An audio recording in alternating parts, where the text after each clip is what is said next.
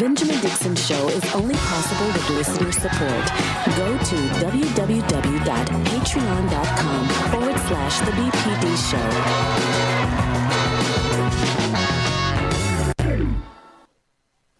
Today is Monday, November 29th, 2021. Thank you so much for joining us. I want to begin a little differently this morning because of the feeling that I get and so many of you get that justice doesn't win, not in this timeline. It seems as though, it feels like oftentimes, that the people of good faith are always losing. It's time, to be honest with you, it is time for an inflection point because we've seen too many evil people, too many bad people, too many people who are wicked in high places. These are the stories that we're going to cover today, or at least the underlying issues that we face every single day in this country. Let's begin, as always, with On the Clock with Georgia Ford.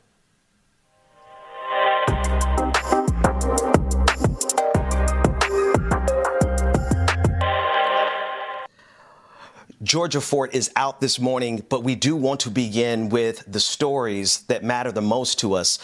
This week, we are beginning to see progress and movement on the Kim Porter trial. For those of you, Kim Porter trial, those of you who may not be aware of who she is, in the backdrop of the protest that took place last year, we saw Daunte Wright, a young black man, killed by this police officer who claimed that it was a mistake, that she was reaching for her taser and inadvertently pulled her weapon and killed Daunte Wright. That trial is coming up this week. I would like for us to take a listen to Daunte Wright's mother as she discusses what's coming up.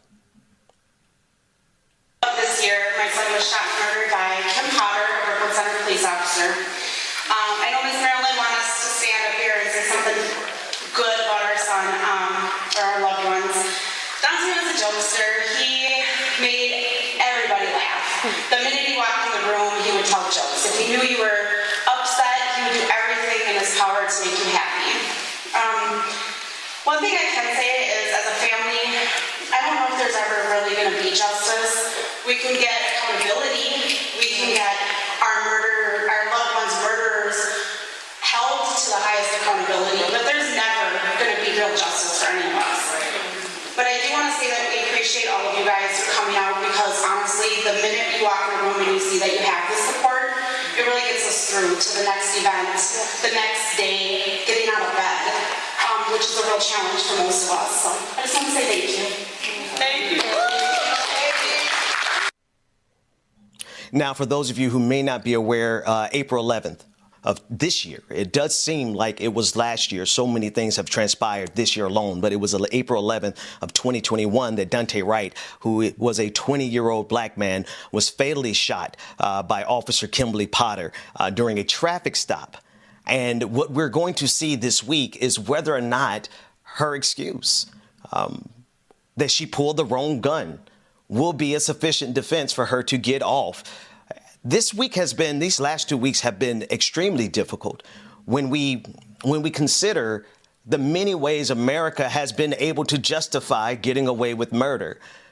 We did get a guilty verdict in the trial of the murderers of Ahmaud Arbery, which, to be honest with you, should never have been a question. But for so many black people in this country, we stood with tiptoed anticipation, wondering whether or not this country was going to allow those three men to get away with murder. We saw previously Kyle Rittenhouse literally getting away with murder, claiming self-defense. And now we're faced with this proposition again. The very strong possibility that the way this country is set up would allow for Kim Porter to get off with the murder of Daunte Wright. Georgia Ford is one of the few journalists who will be inside of the courtroom during this trial. She'll be bringing us coverage throughout the trial, keeping us updated inside and outside of the courtroom. We just definitely want to salute her in all of her efforts. This murder took place in Brooklyn Center, Minnesota, which is just outside of Minneapolis. And it came in the backdrop of everything that was happening. The protests for George Floyd, in the backdrop of the protests for Jacob Blake, now the backdrop of the protests for Dante Wright. It's compounding traumas. Every single week in this country, we have a compounding of traumas that are faced by so many marginalized communities, specifically the black community, because this country is adept at getting away with killing black people. There is no question about that whatsoever. Which brings me back to what I said at the beginning of this episode, and I want to get you involved in the conversation. You could join the conversation by calling. The phone lines are open, 301-715-8592. The link is attached to all the chat rooms wherever you're watching us, Facebook, YouTube, Twitter, whether you're watching on Act TV. Good morning to everyone. I want to circle back to the question that I asked at the beginning of this episode. When will we see an inflection point? I'm thinking of Dr. King's and his statement that the moral arc of the universe is long, but it bends towards justice. I don't get that feeling right now.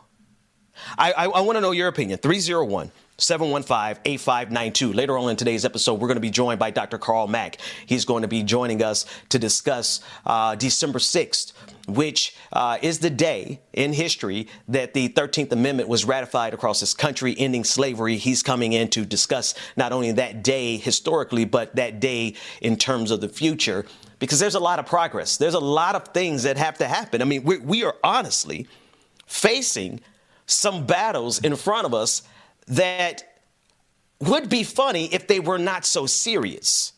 The level of comedy that we're facing, and I use that word tongue in cheek, but the level of absurdity that we're facing, particularly around COVID-19, now has us at the place where we are facing a new variant that, according to some estimates, could be hundreds of times more contagious than the Delta variant.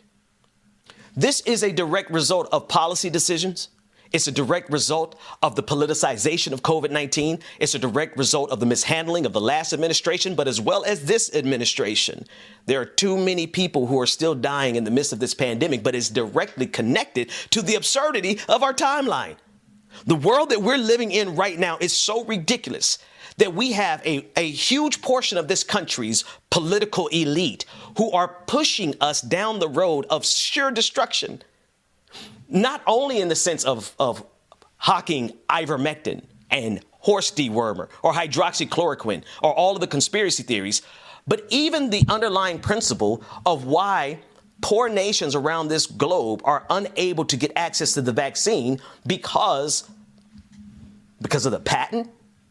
We are now faced with the Omicron variant of COVID-19, not just because of the political absurdity of this moment, but also because of the greed, because the manufacturers, they have to keep that patent so that they can keep making their profits. And now we're dealing with a variant that is hundreds of times estimated more contagious than the Delta variant. And we are still in the backdrop of half of this country's political elite not only playing around with COVID-19, but literally doing things to make things worse. I want us to take a listen to Dr. Fauci as he discusses the transmittability of this new Omicron variant. It has the molecular characteristics that would strongly suggest that it would be more transmissible. It has a bunch of mutations, a disturbingly large number of mutations in the spike protein, which is the business end of the virus, which really binds, particularly in one particular component of that spike that binds to the receptors in your body, in your nose, in your nasopharynx, and in your lung. The mutations would strongly suggest that it would be more transmissible and that it might evade some of the protection of monoclonal antibodies and convalescent plasma and perhaps even antibodies that are induced by vaccine. When you diminish or stop or block travel from a particular country, there's a reason for that. It's to give you time to do things. So don't let this decision that was made about blocking the travel from certain countries go without a positive effect. And the positive effect is to get us better prepared, to rev up on the vaccination, to be really ready for something that may not actually be a big deal, but we want to make sure that we're prepared for the worst. If people follow the recommendations of the CDC and all of us about what to do in traveling, in getting vaccinated, in getting boosted, we could have a situation where you do continue to veer towards getting to some degree of normality. It's within our own capability to do that. And that's the thing. We've got to put aside all of these things that are getting in the way of good public health practices. This is not rocket science. We know exactly what we can do. It is not rocket science. I do have to say here, though, that the nations that this administration, the Biden administration, decided to block, as far as the most recent update that I have, do not include all of the nations where the Omicron variant has been found, but it does specifically block travel from African nations, particularly South Africa. There's a problem with that, because if the intention is to stop that variant from getting here to the United States, there are European nations that you need to stop travel to right now, Joe Biden, like right now, today. Don't give people this false sense of security because you're doing a travel ban on these African nations, because the variant was discovered by South African scientists. But I digress.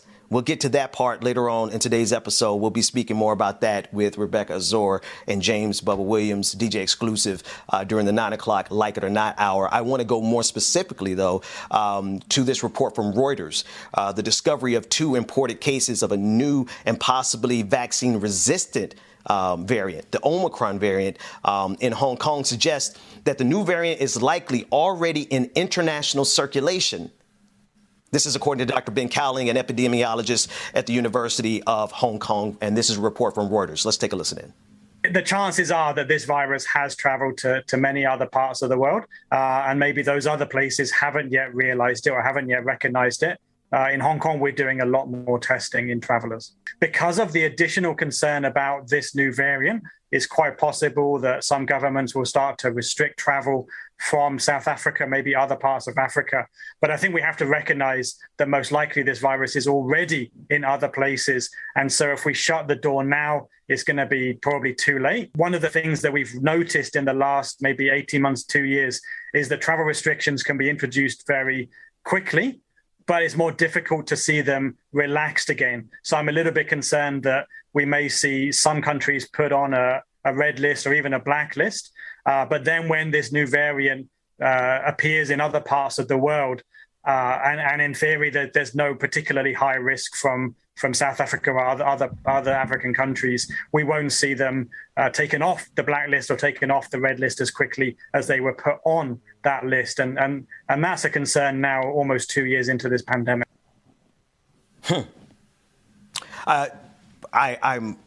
He's speaking directly to that underlying issue, right? The underlying issue of putting all the emphasis on African nations when, in fact, this variant has been discovered in other nations. There's a discrepancy there that is going to continue to cause this pandemic to be exacerbated. That's the thing. Like, if we're serious about putting an end to this pandemic, then we would not be concerned about the political ramifications of calling for a vaccine mandate and calling for mask mandates and shutting down this country.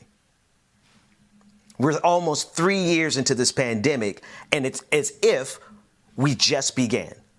That's because of the absurdity of this moment, and that's because of the political intransigence and the unwillingness, more and more importantly, the unwillingness to take the necessary political hits to save lives. That's what we're dealing with. COVID-19 did not have to be as bad as it was. At this rate, we will have 1 million Americans dead from COVID-19.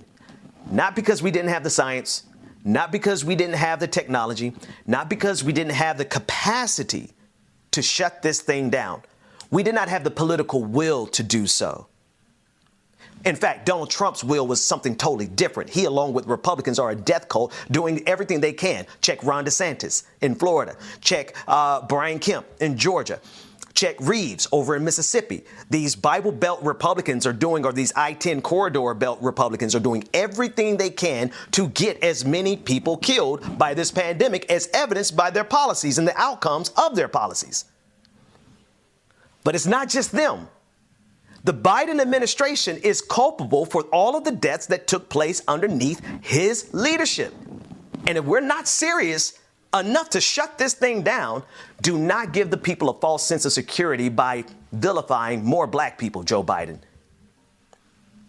But I digress. Here's a clip of Nancy Mace, who is on Fox News. I need to juxtapose the seriousness of this moment with the complete and total absurdity of the Republican Party. This is Nancy Mace on Fox News suggesting that people should get COVID rather than get vaccinated because, and again, I want to preface this is misinformation. This is false information that we're debunking for all the algorithms that like to penalize us when we debunk misinformation. This is false information, misinformation from Fox News stating that somehow natural immunity is allegedly better than the vaccine immunity. Take a listen then to this moron. And one of the things that the CDC has not done, and no policymaker at the federal level has done so far, is taken into account what natural immunity does. And that may be what we're seeing in Florida today. In some studies that I have read, natural immunity gives you 27 times more protection against future COVID infection than a vaccination. And so we need to take all of the science into account and not selectively choosing what science to follow when we are making policy decisions. And you're seeing, I believe, Governor DeSantis is, seeing the fruit of that labor today. 61,000 people are dead in the state of Florida. He is certainly seeing the fruits of his labor, his concerted efforts to be the most ridiculous governor in this pandemic. Ron DeSantis will go down as the governor who did everything he could to kill as many people as he could, 61,000. I think that must be the record that she's talking about. That must be the performance. Because I know she cannot be serious about her suggestion that you should get COVID-19 in order to protect yourself from COVID-19. These people are morons. They deserve none of our respect. They deserve no respect. In fact, they don't even deserve to be in public. They deserve to be chased out of the public's eye into the dregs of society because we're approaching 1 million people dead, and these half-ass backwards clowns are suggesting that you go and contract COVID-19. See, y'all should not let me do this show by myself because it's a totally different creature when I'm by myself. These people are dangerous. They're sociopaths with political power and economic power. They have the ability to buy people like Joe Rogan and get him promoting ivermectin on his nationally syndicated $100 million podcast. They get Fox News to do their bidding and talk more about horse dewormer than the vaccine. And they want our respect. No, you not only don't get our respect, you don't get our silence. You don't get our concern. You don't get our compassion. Not when you're actively using all of those tools to get more people killed. Miss us with that. Here's another clip.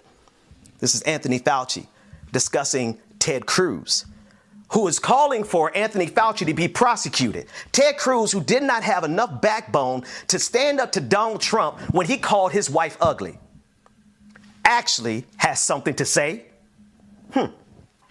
Let's take a listen to Anthony Fauci's response to that. Senator Cruz told the Attorney General you should be prosecuted. Yeah. I'd have to laugh at that. I should be prosecuted. What happened on January 6th, Senator? Do you think that this is about making you a scapegoat to deflect from President Trump? Of course. You have to be asleep not to figure that one out. Well, there are a lot of Republican senators taking aim at this. I mean, that's okay. I'm just going to do my job. And I'm going to be saving lives, and they're going to be lying. So anybody who spends lies and threatens and all that theater that goes on with some of the investigations and the congressional committees and the Rand Pauls and all that other nonsense, that's noise, Margaret. That's noise. That's noise. That's noise. The lines are open. The phone lines are open. We want your input. We have Eric from Vermont on the line. Eric, good morning. What's on your mind? Nothing much, Ben. Can you hear me? Yeah, I can hear you loudly and clearly, my friend. Can you hear me, Ben? Yeah. All right, yeah. What's on your right, mind? Nice, man. Big fan of the show. You think with all this Omicron and everything, do you foresee? I got two questions. Do you foresee any future shutdowns happening, or will politicians just keep politicking and try to force people to make money? That's my first question. And then my second question is, Bubba, your DJ. Yeah. Hello? Yeah. Does he battle? Because I'm a DJ too.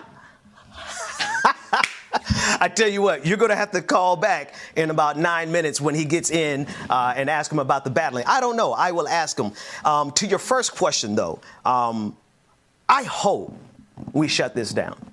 I hope that we get some political leadership that actually does not care about popularity. I mean, honestly, Joe Biden and Eric, thanks so much for that call. This is how I'm going to answer it.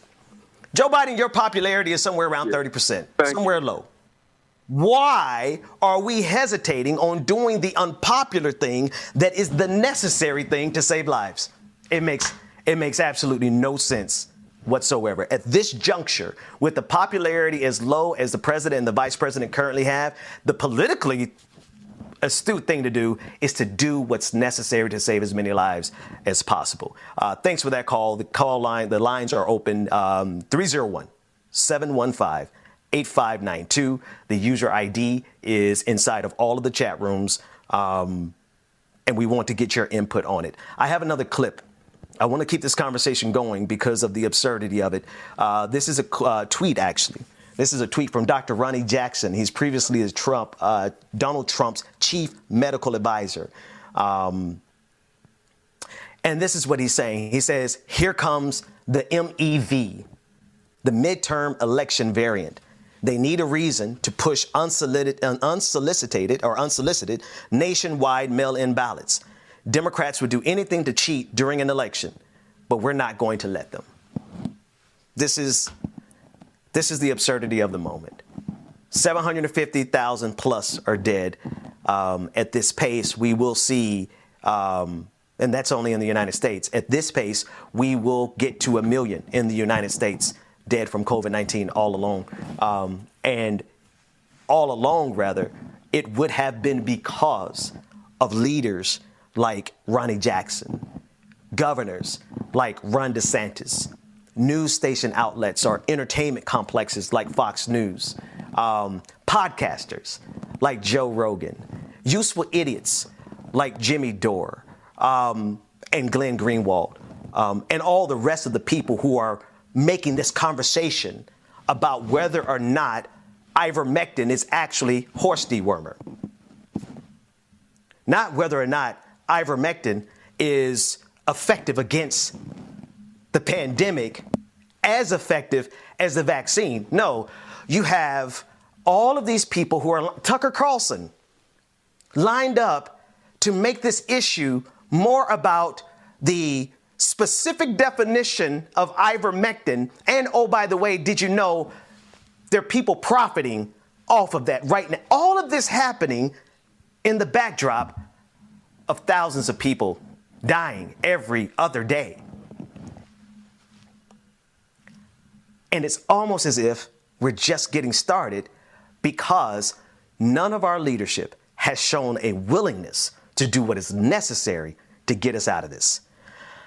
301-715-8592 if you want to join the conversation. I want to shift gears to Brunswick, Georgia, where we did get a semblance of justice in the trial of the three men, the McMichaels, who lynched Ahmaud Arbery. I have a summary. This is from ABC News, giving us a brief summary of the verdict. But I also want you to really consider whether or not you believed they would be found guilty. Let's take a listen in. The jury finding Travis McMichael guilty on all charges. His father, Gregory McMichael, guilty on all but one charge, malice murder. And William Roddy Bryan Jr. guilty on all but 3 charges. And this was the scene outside that courthouse in Brunswick, Georgia. Cheers erupting as that verdict was read. Nearly all white, only one black person on that jury, but at the end they found those men guilty. All that's been made about the makeup, just the one lone black juror coming to the same conclusion that they say should have been the verdict in this case from the get-go. That malice murder charge against Travis McMichael, felony murder against all 3 of those defendants, Gregory and William Roddy Bryan, among other charges that they were also found guilty of. When we got word of that jury verdict being reached, after lunch, the excitement, people crowding the courthouse steps behind me, and you saw it whenever the judge read out that first guilty verdict against Travis McMichael for the first count of malice murder. Ahmaud Arbery's father, Marcus Arbery, inside the courtroom, letting out that cheer. Outside, it was just as loud, if not louder. We could hear it from our position here. Count 1, malice murder. We, the jury, find the defendant, Travis McMichael, guilty. I'm going to ask that whoever just made an outburst be removed from the court, please. Found guilty, Travis McMichael found guilty on all 9 counts. His father found guilty on 8 counts. And William Roddy Bryan, found guilty on 6 of the 9 counts. I wasn't sure we were going to get justice. And in fact, we must properly define justice. As my friend and friend of the show, Anona Changa, says it, true justice is not killing us in the first place. I didn't believe we were going to get accountability because of what happened in the Kyle Rittenhouse case. This country, particularly the right-wing white supremacist faction in this country, is on a direct course with doing everything they possibly can do, everything they possibly can do to get away with murder, to be able to shoot someone in this country and not be charged. And we're seeing cases like this replicate itself across the country where people are literally getting killed and the cops are not arresting anyone. This is what Ted Cruz is pushing for. This is what Republicans across this country are pushing for. They are pushing for you, not you, white conservatives. Because let's be sure, a black conservative would not get away with murder the way Kyle Rittenhouse did. We are dealing with a faction in this country that is doing everything that they can to be able to get away with killing people they politically disagree with. That's the crux of it. And so, no, I was not sure. I stood there and I listened and I waited because I was not confident that we would actually get accountability in this trial. But I'm grateful, along with everyone else. And you can see the expression of Ahmaud Arbery's mother, the sense of relief that her son would have some sense of justice. And we're pushing for a day where we don't have to only seek justice in a courtroom. We can have a just and equitable society where they will not kill us in the first place. And a society where we are not looked at as if we are ridiculous because we're demanding that this system stops killing us. And a society that would take life seriously enough to not play around with it during a pandemic. Listen, we have a whole lot more coming up. Dr. Carl Mack is here. He's going to be joining us in the next half hour. We're going to be discussing December 6th, the significance and the future of that day for black people, coming up during the Benjamin Dixon Show at 8:30. At 9 o'clock, Rebecca Azor and DJ Exclusive will be joining us. In fact, DJ Exclusive might already be in the building. We'll be back with more of the Benjamin Dixon Show right after this.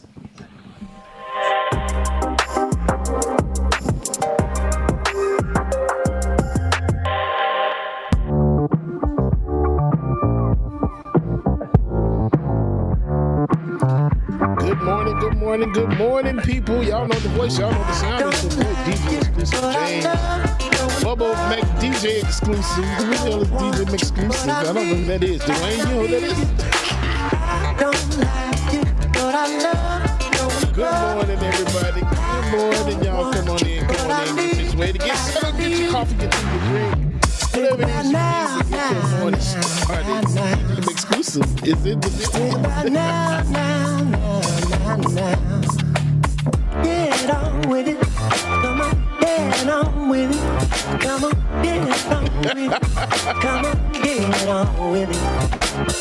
It's what I say. Good morning, Nicole Johnson, One Source Productions. Brother Chuck Diesel. It's what I say. Hollywood Diesel. Krista Lionheart, good morning. Ryan, good morning. G-Man, Sip City Socialist, Irish Jones. Tiger, what's going on? Church Lady Shelby Hall, good morning, y'all. I see y'all here. Shoot the Dragon, Puffin stuff. Mark S, what's going on? Tyler, what's going on, Brother Tyler? Angela Newman, Nikki Cruz, thank you for your super chat. Being going off this morning. Peace to the family. Amen to that. Melanie Dennis, Amber G, good morning, everybody. Kev Z, what's going on, brother? Y'all come on in and get situated, get settled, man. Afraid Not, what's going on? One Lost Spirit, what's going on, man? Good to see everybody this morning. I hope y'all had a wonderful Thanksgiving weekend, holiday, and everything else. Hope y'all ate goods and all that good stuff, man. Watch some good TV, got some Black Friday shopping done, all of that good stuff, man. Y'all come on in and get situated, y'all. Good morning, the Benjamin Dixon Show, y'all. Stay tuned. Lily, good morning. Track Natasha, Roll the Dragon, what's going on? A.R. Walker, Deb, what's going on? Kareem, Dragon Ball, super dope. Good morning.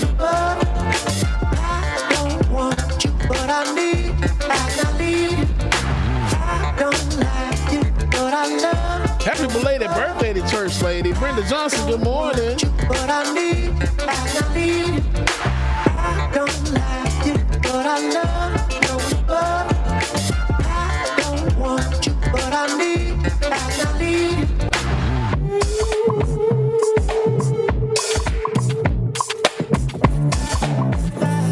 F8L Flaw Dragon, good morning.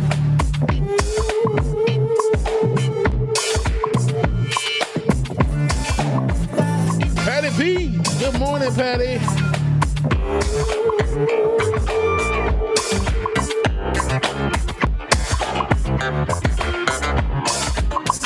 Sonny Wright, what's going on?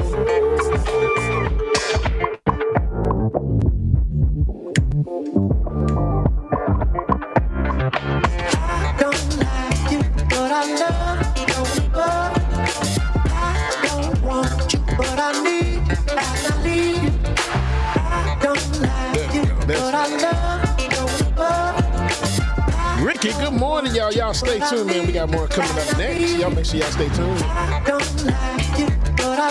Amber Layla, good morning, Amber.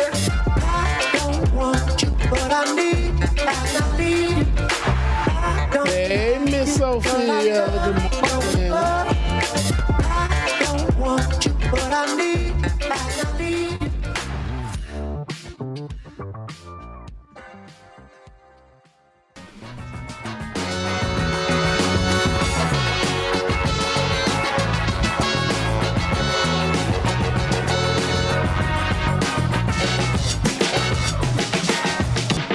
The Benjamin Dixon Show is only possible with listener support. Go to www.patreon.com/The BPD Show.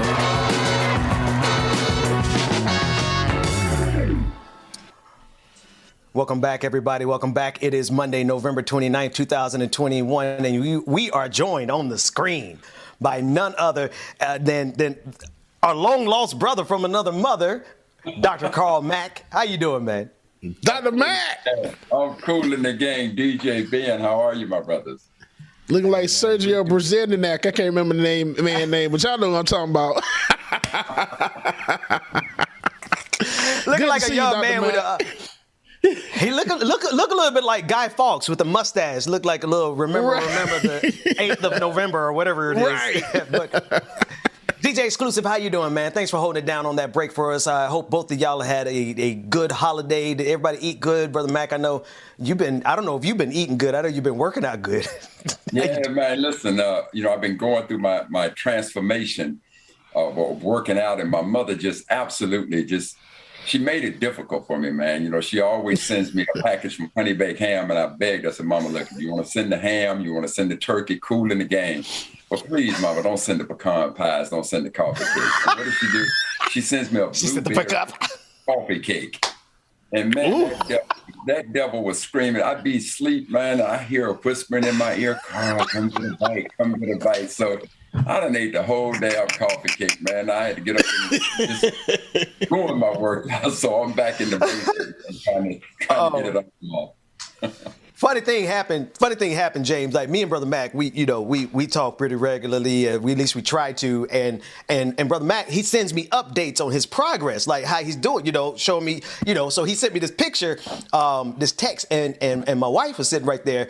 He sent this picture of him with his shirt off and all. Like he ain't got a 6-pack, he got like a 19-pack. Like it's uneven. He got like 10 on one side, 9 on the other side. And my wife was like, you should ask him about his meal plan.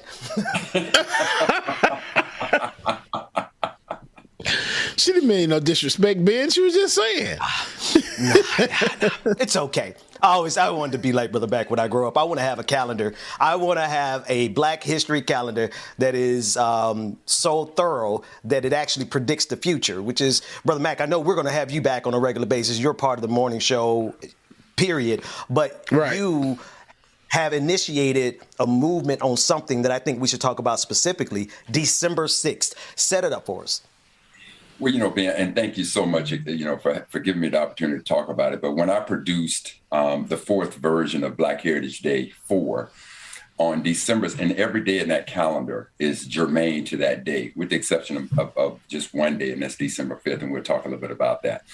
But from a historical perspective, let's go back to Juneteenth, when we saw this nation make Juneteenth a national holiday.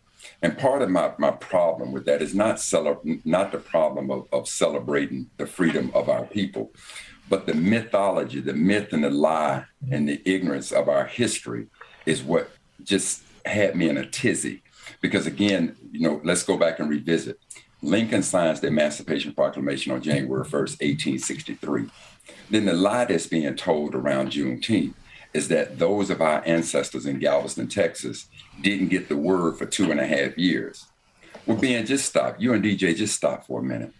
And just imagine that they got the word on January 1st, 1863, because trust and believe, Black folks all over the country knew that Lincoln had signed the Emancipation Proclamation. That's why on December 1st in the calendar, you see a page I call Watch Night. And what Watch Night is that on December 31st, 1862, our ancestors gathered. And if you ever go to church on December 31st, they call that service Watch Night.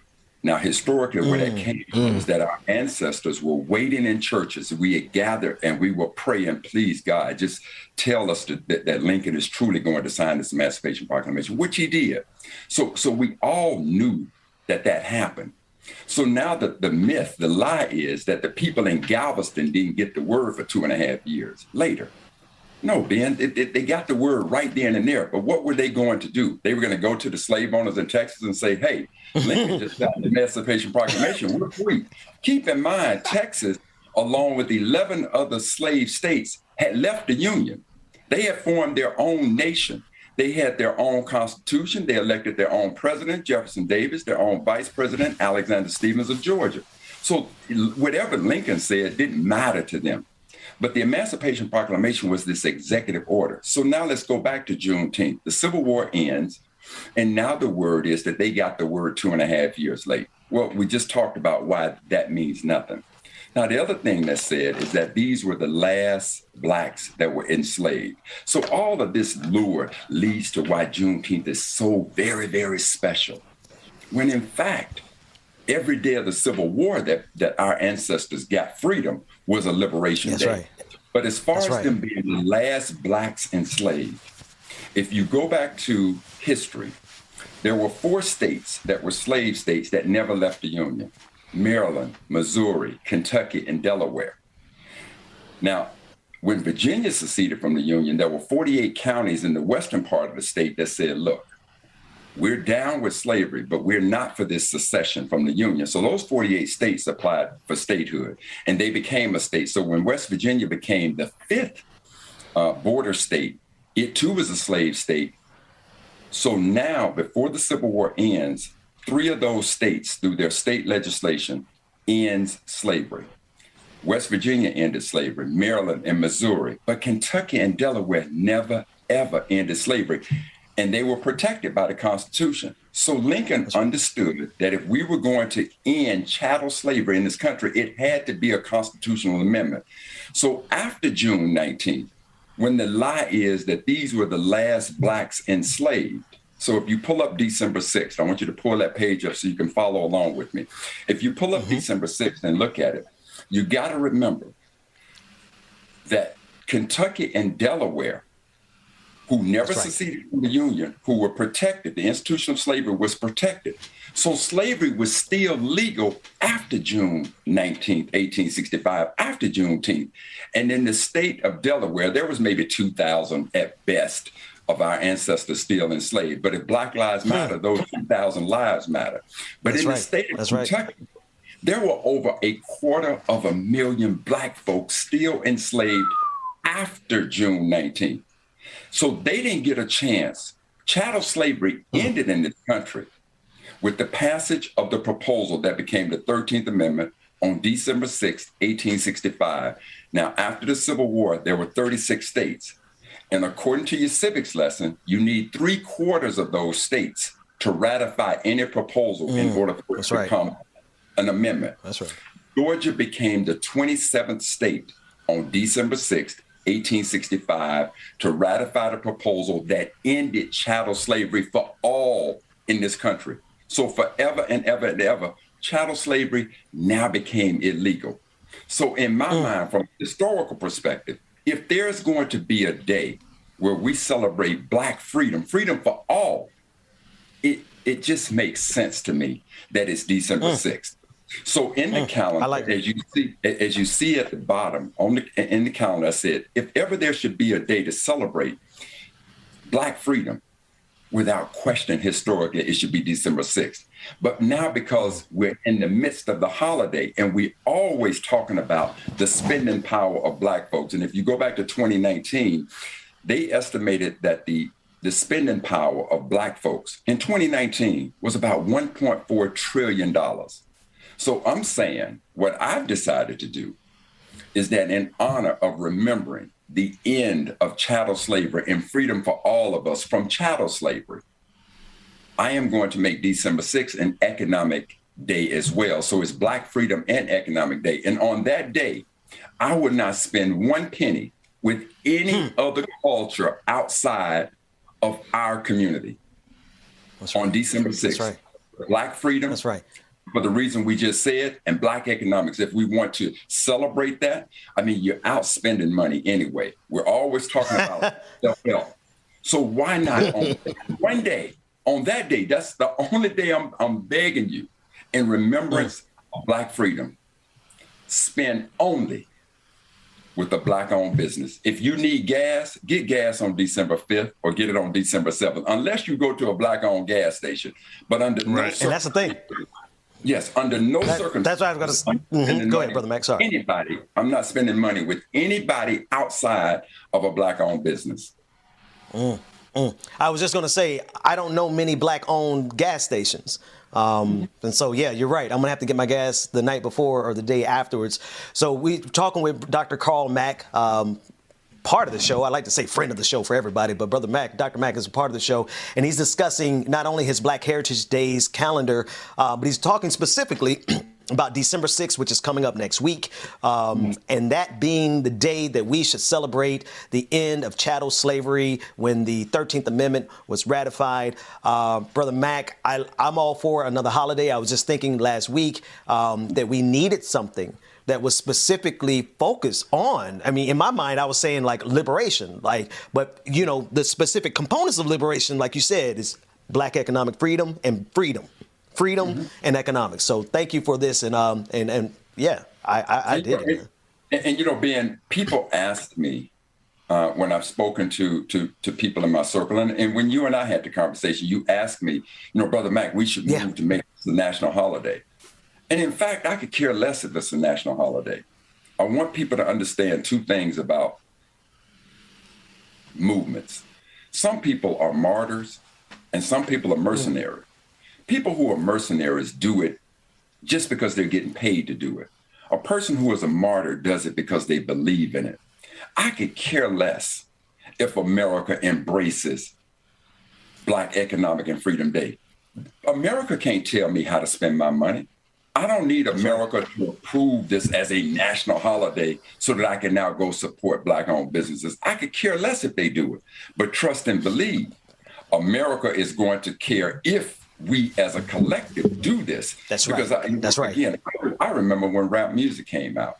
C. Dolores Tucker, good sister, departed, along with a whole bunch of other folks, present company included. I had a disdain for rap music. I thought it was vulgar. I thought it was awful. I didn't see the artistic genius of these of our young artists. And so America just absolutely opposed rap music. Now today, there ain't a product being sold in which they ain't using our music. So we have to embrace our culture, embrace our history, see the beauty and the genius of it, and don't allow anybody else to define what our culture is. And the same with our money. I don't need America to embrace December 6th as a national holiday to tell me, hey, Carl, maybe you ought to spend money with a Black-owned business. No, if ever there is a more appropriate day for us to do this, and of course we should do it more than one day, but if there is one day, you're in that holiday spirit, you're going to spend money. That's right. But this day, let us remember that this is the day, because if you go back and talk to most Black folks about our history, now, as little as we may know, the one thing that all of us collectively know is that we were enslaved. And so on that day, when chattel slavery finally ended, December 6th, let that be a day that we remember this dreaded, inhumane institution coming to an end when all of us were free. And now to celebrate it, let us spend some of that money with Black-owned businesses only. I was just getting ready to say, like, when I asked Brother Mack, I was like, yeah, man, we need to get this, make it a federal holiday. Brother Mack was like, I don't give a damn if the government ever recognizes it. And I feel that. I honestly feel that sentiment. But I also, I'm trying to get some folks some extra days off. So while we'll be focusing on it from the moral perspective, and the case that you made is absolutely right, and I actually love it. It's in the holiday season, and it's not just us. We'll spend our money with ourselves, but all these white allies spend money with Black businesses on that day. And so I'm still going to move to try to get it to be a federal holiday in the long run, because I want them to be good and off work when they come spend all that money in the Black community. But, I would ask this directly. Brother DJ and Brother Ben and Dwayne and David, I want to ask you all, even if it's just us as brothers, let us only spend money on December 6th with a Black-owned company. Let us remember on that day that was the day that this horrible institution was ended. This institution known as chattel slavery was ended. All right. I'm with it. I'm with it. That's what I'm going to do. Right. I'm asking for your commitment on that particular day on December. You got mine. You got my commitment. And mine too. We're going to start. That's right. We're going to start pushing it on the show every chance that we get. And I'm looking forward to the future of this date because we need it. We need this as a day of unification around our liberation. So, Brother Mack, as always. Now, we're getting ready to take a break. Before we do, though, man, how have you been? The audience is in the chat room. They hearing what you're saying. They're buying in, and they're going to be committed. They want to know how you been, though. Right. They're going crazy for you, Dr. Mack. I tell you what, Ben, I'm going to give you permission to put my transformation picture up so that people understand. Oh, shit. Shoot. No. You got to say shit on that one. Hang on. Go to a break. Because I got to go find my phone. Because I want y'all to see the kind of mess this man sent me. Make sure you put it in the Slack group. No, just playing.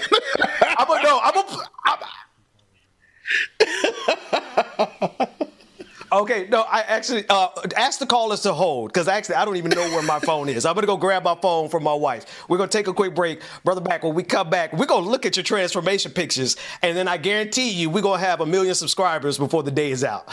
We'll be back. Ben, let's get it. It's when we come back, Ben. I remember you asked me, so Brother Mack, December 6th would be in lieu of reparations. And I said, oh, no. So I want to also talk about reparations. We'll come back and talk about reparations. December 5th, reparations. We'll be back right after this. DJ Exclusive is in your hands. Monique Omen says she is OMG, am waiting thirstily. The thirst, y'all. Y'all is so terrible. I can't believe y'all. Y'all so thirsty this morning. Y'all, good morning, y'all. Good morning. Make sure y'all stay tuned, man. We got more coming up next, y'all. Good morning, Mom and Daddy. I see y'all in the chat down there. Got me started. Every day is just the beginning. Take it to the bank, now I'm winning.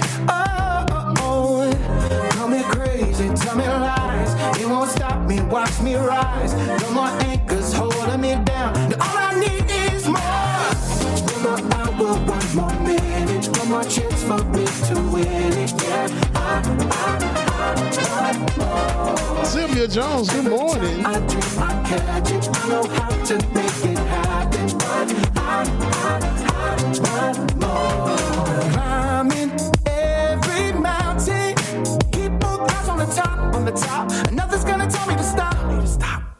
Oh, push me. Nicole House, that's great of you, man. Don't worry. Don't worry at all. Because what you give out comes back tenfold, okay?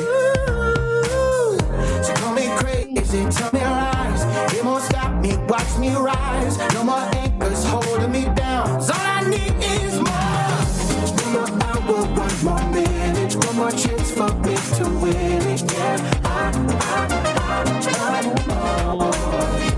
Every time I do, Here, Hustler, good morning. how to make it happen.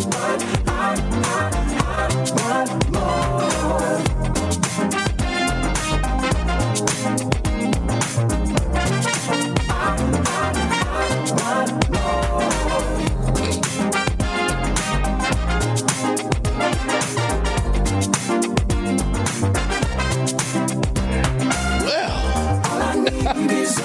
Brother Bryce, what's going on? Goku, good morning. I need some water or some coffee, Dwayne. What's going on?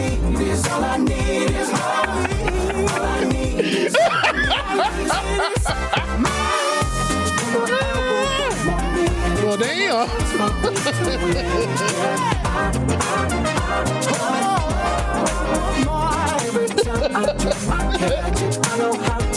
man, I am working. I'm supposed to be working over here.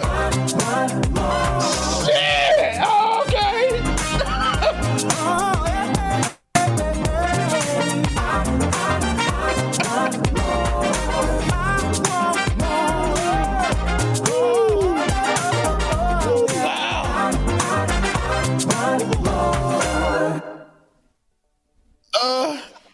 Y'all welcome back. My brother from another mother, Benjamin Dixon, and Dr. Mack.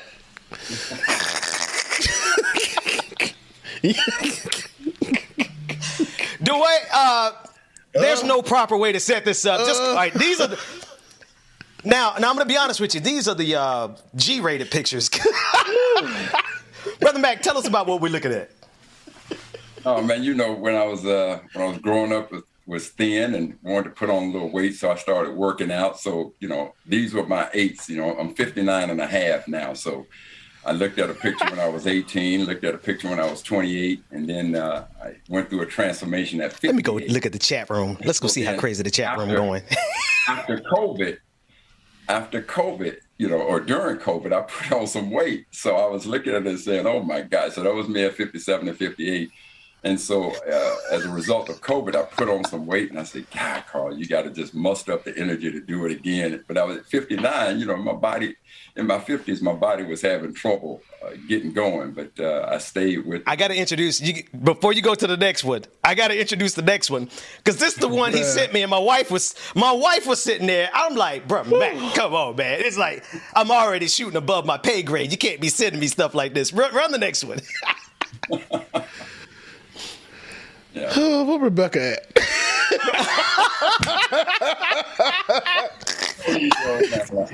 I'm glad he and Dwayne ain't even put it up yet. Well, you know what?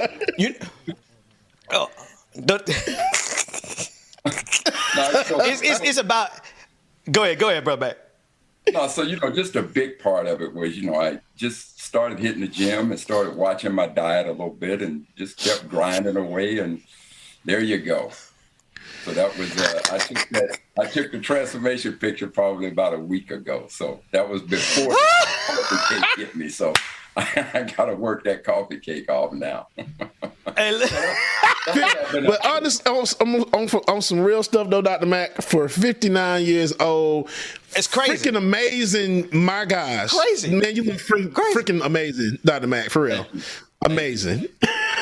Oh man, it could be done. So, I had a lot of brothers, some of the brothers that I played golf with, they were asking me about working out. And when I showed them the photo, they didn't know I was working out like that. But when I showed them, and all of a sudden they got real inspired by it. And so, it's, that was more of anything, just to show our people, even in this day and time where obesity is running wild, you can modify your lifestyle. And what are you talking about? Obesity running wild? What do you mean? I don't know anything about that. Okay, look, like what? We can all.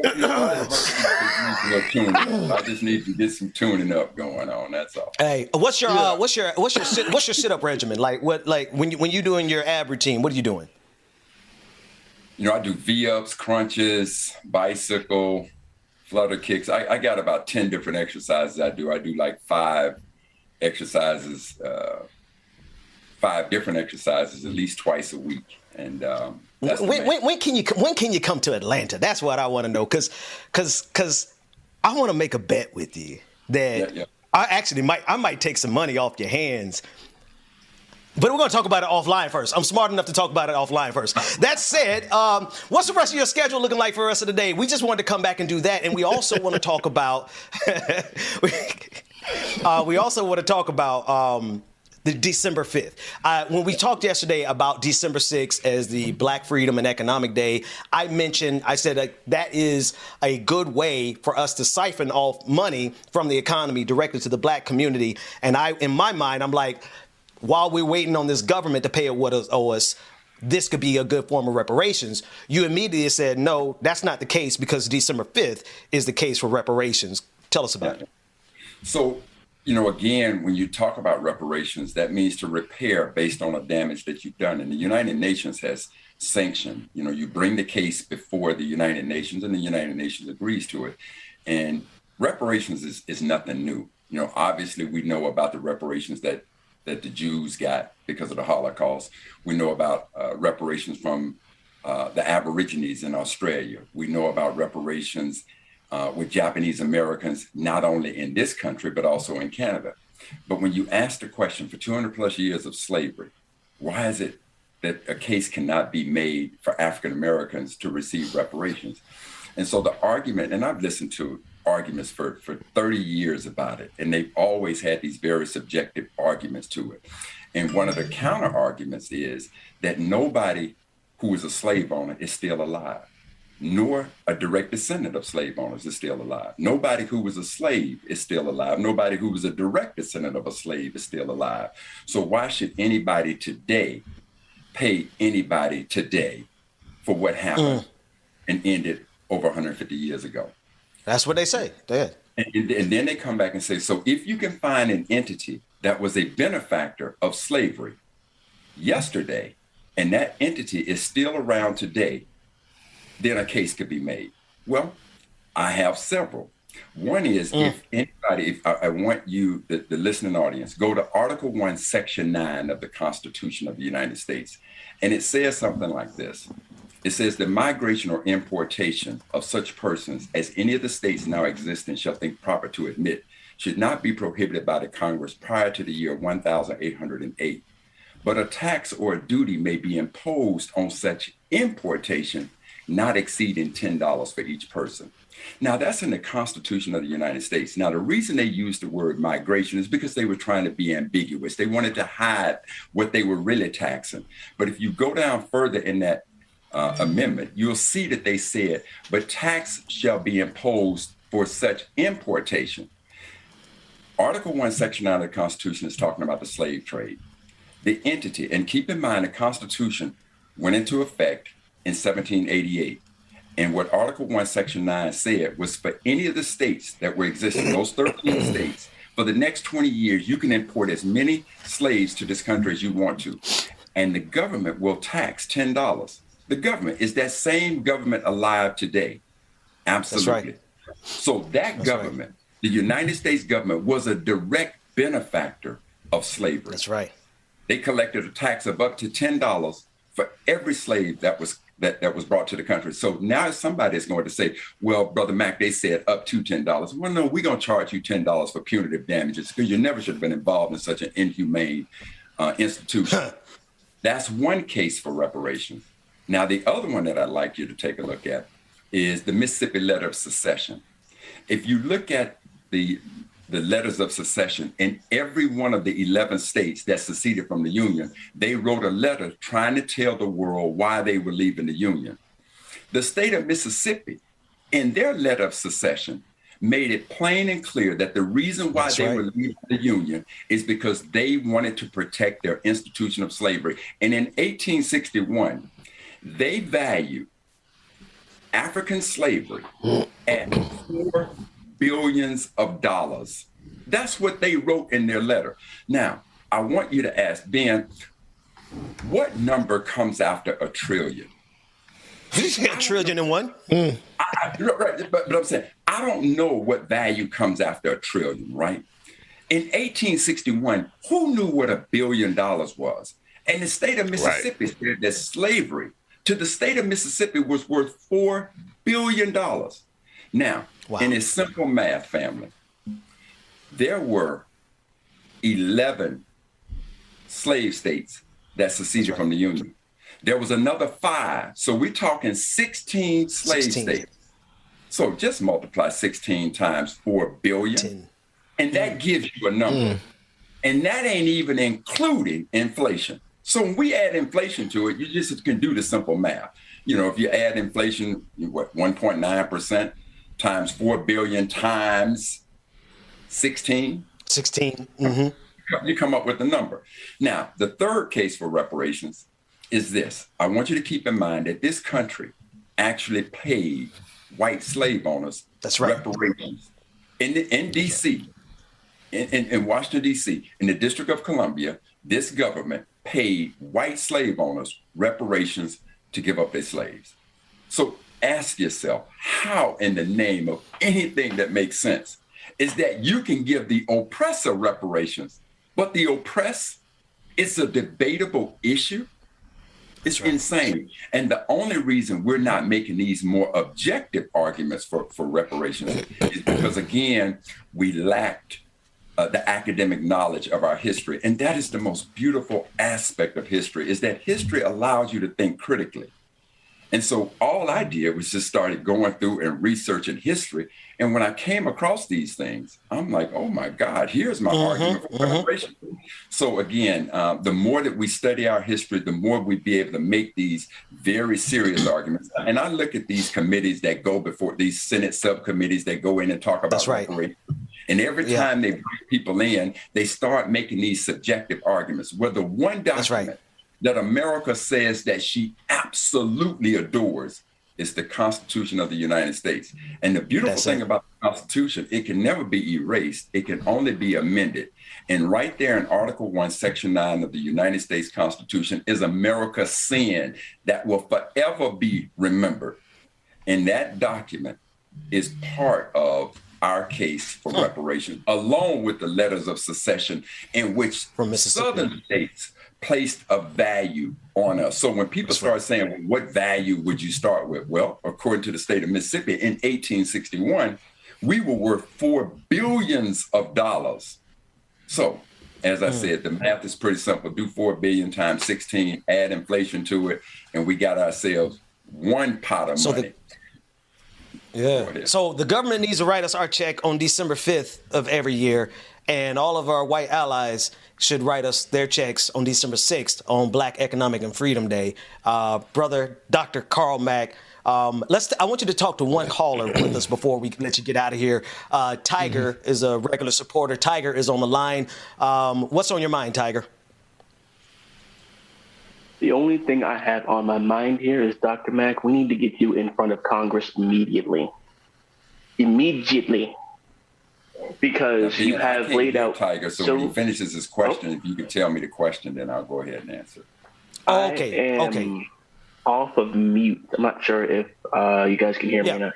Okay, there we go. Yeah. The only thing I have to say to you, Dr. Carl Mack, is we need to get you in front of Congress immediately, because you have laid out the best argument and case for reparations that I have ever seen.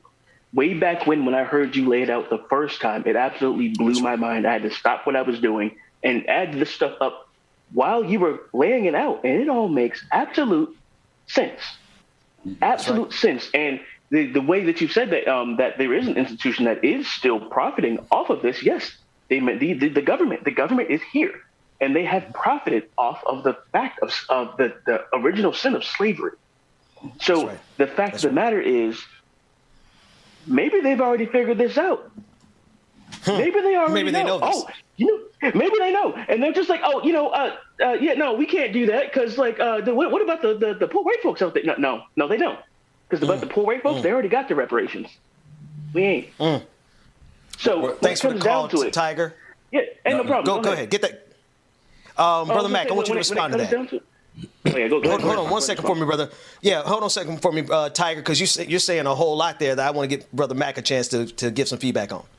Well, Tiger, first of all, thank you so very much. And again, this is what our history reveals to us. Brother Malcolm said, of all of our studies, history is best qualified to reward our research. When you find that you have a problem, all you have to do is study the historical methods of people with problems like yours. When you find out how they solve theirs, you'll learn how to solve yours. So these lessons, it's not that I went looking for an answer to reparations. It's just that the more I got involved in studying our experience in this country and saw what this country was doing, you could see the hypocrisy of the democracy. And history laid out a very clear answer. And I'm so glad, Brother Tiger, and I so appreciate your words of appreciation, that it made sense to you, because that is how simple it is. And when I've listened to these people who have gone before the Senate subcommittees, again, nobody is touching on these very objective documents. That's right. The Constitution. That is an objective document. The letter of secession from Mississippi, that is an objective document. What they did in D.C., they got the historical documents of what they paid every slave owner. These things are not debatable. And so when you put these types of things, and I would tell you this, Cory Booker, Senator Booker, I reached out to a member of his staff because Senator Booker was the one leading this effort to bring the Senate subcommittee together. And when I spoke to one of his people about my arguments, the sister was more interested in who the hell was I and how is it that she had never heard this argument before. And I needed to say to her, sister, just dismiss the messenger and let's just pay close attention to the message. So I long for the day when I can sit before Congress and say to them, if you want to tell me that you value this Constitution so much, if you want to tell me that you know that it was wrong, then if you know it was wrong, time is not your ally to say it's been so much time that has passed. Look at all of these 16 states in this country that benefited on the backs of free labor. Look at what this country benefited from free labor. It is time for America to own up to it. They made Germany do it. Australia did it. America, not only did America give Japanese Americans reparations, they gave each person $20,000, but they also offered them a formal apology. So all over the world, these things can happen. But for our Blackness, here's that dismissive attitude that America still has. Well, now history is very clear about what you did. History is very clear about how we can calculate what those damages were, in part because you can't put a value on the number of lives, the number of rape. That's it. All of these things that were taken. We can't do that. But to some degree, America and these documents have given us, because see, in the Constitution, I didn't say $10 of tax. The United States Constitution said that. I didn't start with $4 billion. State of Mississippi said that. So we got some numbers. Brother Mack, let me jump in. There. I want to get one more caller before we go to break. Caller, what is your name, comment, and or question? Oh, good morning, Ben. It's Roller Dragon. Hey, Roller Dragon. Thanks for the Can call. you hear me? What's on your mind? Yeah. Yes. What's on your mind? Not much. Welcome back, Brother Mack, on the attack and looking like a mofo and snack. Damn. I'm telling you, brother, that was amazing. I'm 52 and I'm disabled, so I'm getting kind of like a pair of chopsticks with a pear stuck on it. So I'm kind of envious of that 67 pack you got going on. There are portions of muscle that men should never ever see, on other men, and you just bear it all. But I love now it. that I got you laughing, here comes the painful part. Here comes the painful part.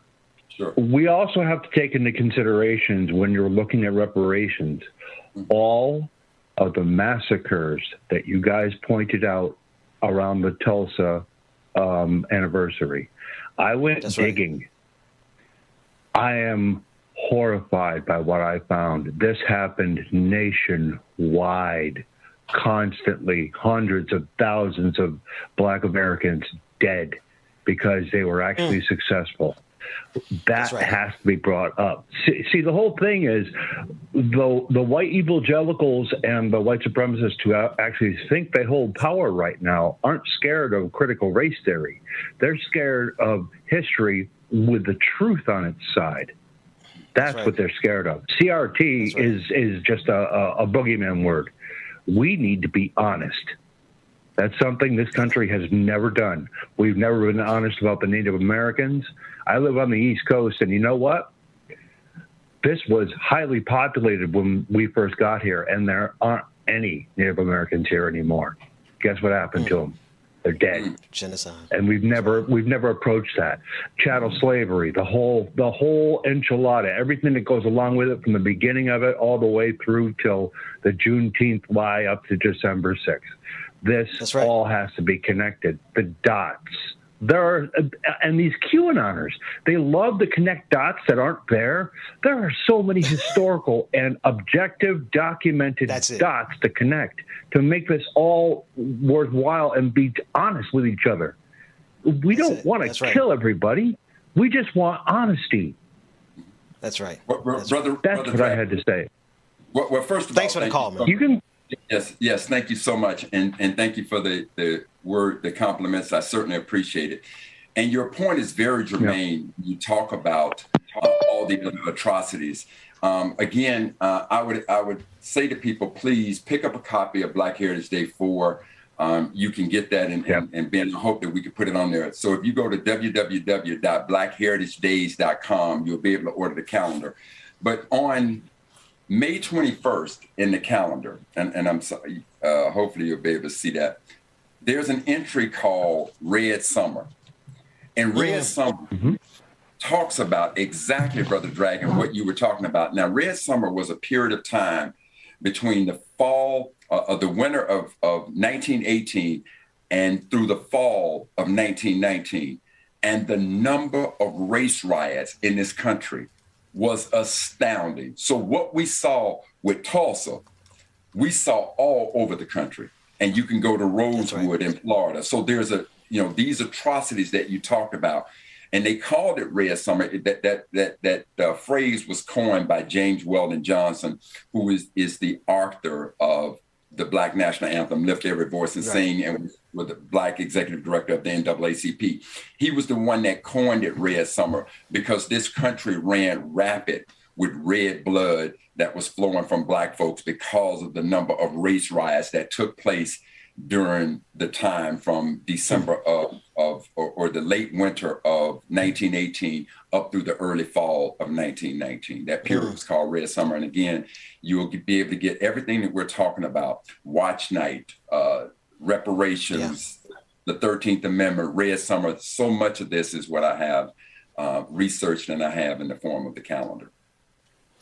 BlackHeritageDays.com. Dr. Carl Mack. Normally, I would not give you an exit to send you because we're trying to get you back on a regular basis. But I do understand you got to continue chiseling that six-pack and doing all the things that you've been doing. But we do want everybody to go check out blackheritagedays.com. Get the calendar if you haven't already. And we're going to start bringing it back on a regular basis, asking, can we still ask Google what's on the calendar for today? Absolutely. So if you download the Google Assistant, and so what happened for those who may not remember, when I did the calendar, because every entry is on a day significant to that date, Google was looking for such a document and they had not found. So one of my former students worked at the Google Foundation. When I sent him a copy of the calendar, he forwarded it to Google. And so I entered into an arrangement with Google. So literally every day you can go to the Google Assistant, not Google, but the Google Assistant. And the Google Assistant would be similar to Siri or Alexa. And if you download the Google Assistant, you can ask what happened on this day in Black history. And they'll take a snippet from my calendar and give you exactly what happened on that day. So it's all right. That's what's up. So am I Google Assistant? Am I hanging out with you? Well, we're gonna go. Let's hit a break. If DJ Exclusive is on, we're gonna take a quick break. Rebecca Azor's here. We're gonna go. Like it or not, it's getting ready to go down. Brother Carl Mack, hang out there for a second. We'll be back right after this.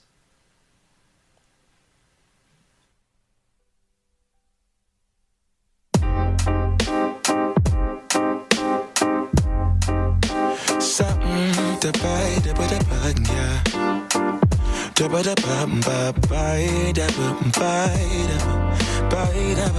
yeah. Set the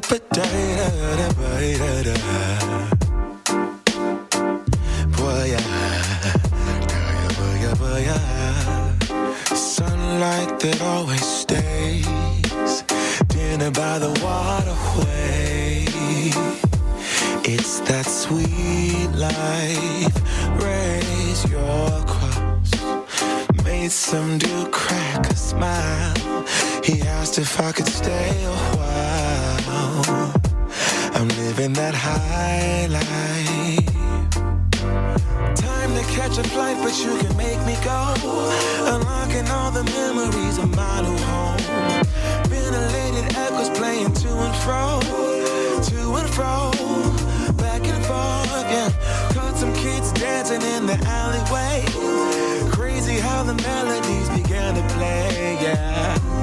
Tell me how you feeling when you hear the lyric, yeah. My heart's in Stockholm. Now I never wanna go home.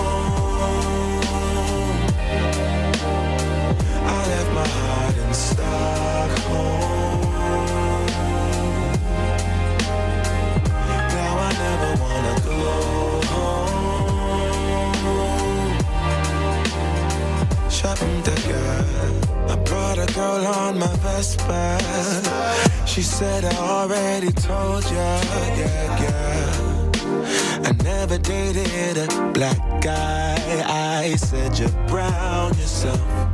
Let me offer help. Come on inside. Where everybody knows your name. Everybody knows your name. Time to catch a flight, but you can make me go. Unlocking all the memories of my new home. Ventilated echoes playing to and fro. To and fro, back and forth, yeah. Caught some kids dancing in the alleyway.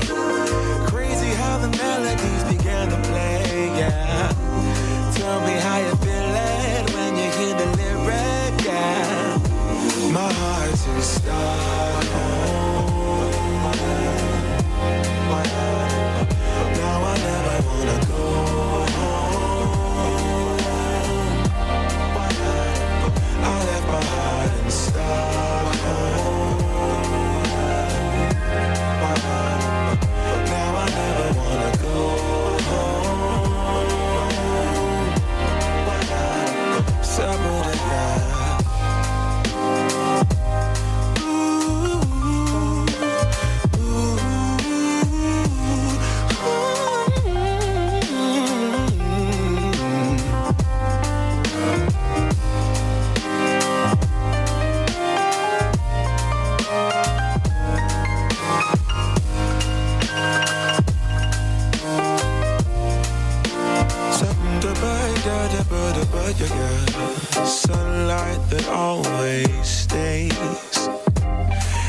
Standing by the waterway. It's that sweet life, sweet life, sweet life. I never wanna go home, go home.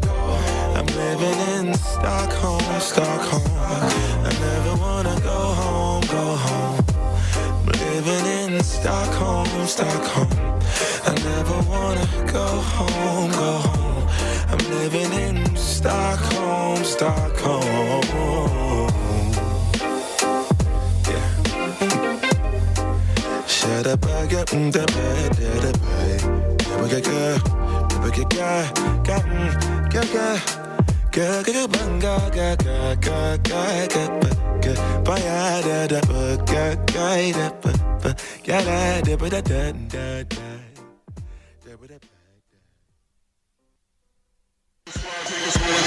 Like It or Not with Benjamin Dixon starts now.